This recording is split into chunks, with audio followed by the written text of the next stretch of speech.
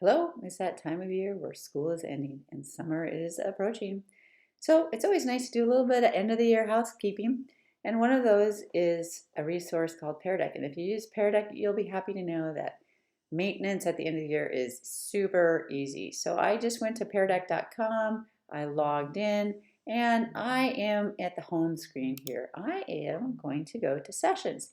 The Sessions is kind of like the Google Drive of Pear Deck.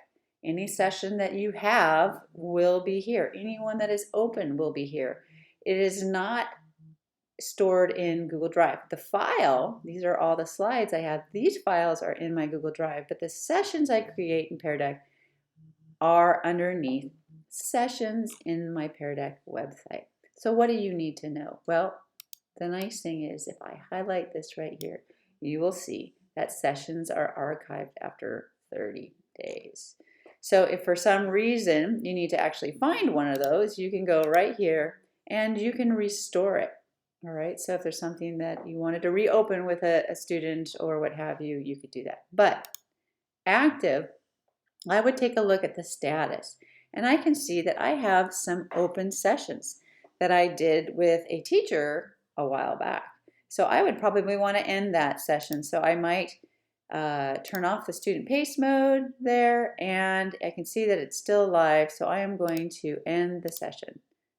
I would probably do that to all of mine right here. So I would go through and do that. This one right here I'm keeping because I just assigned this a couple days ago, so they're still working on this. So anything that has basically a blue dot, I might want to just go ahead and end that session just like that. All right. That's really all you need to do. You don't have to worry about updating anything in your slides or in your drive. Keep, though, the slides that you use. So, for example, I use this slide right here. And this, if I wanted to view it in Google Drive, is in my drive. So I might want to keep that slide if I want to use it next year. So don't delete them. Maybe organize these slides in your drive if you'd like.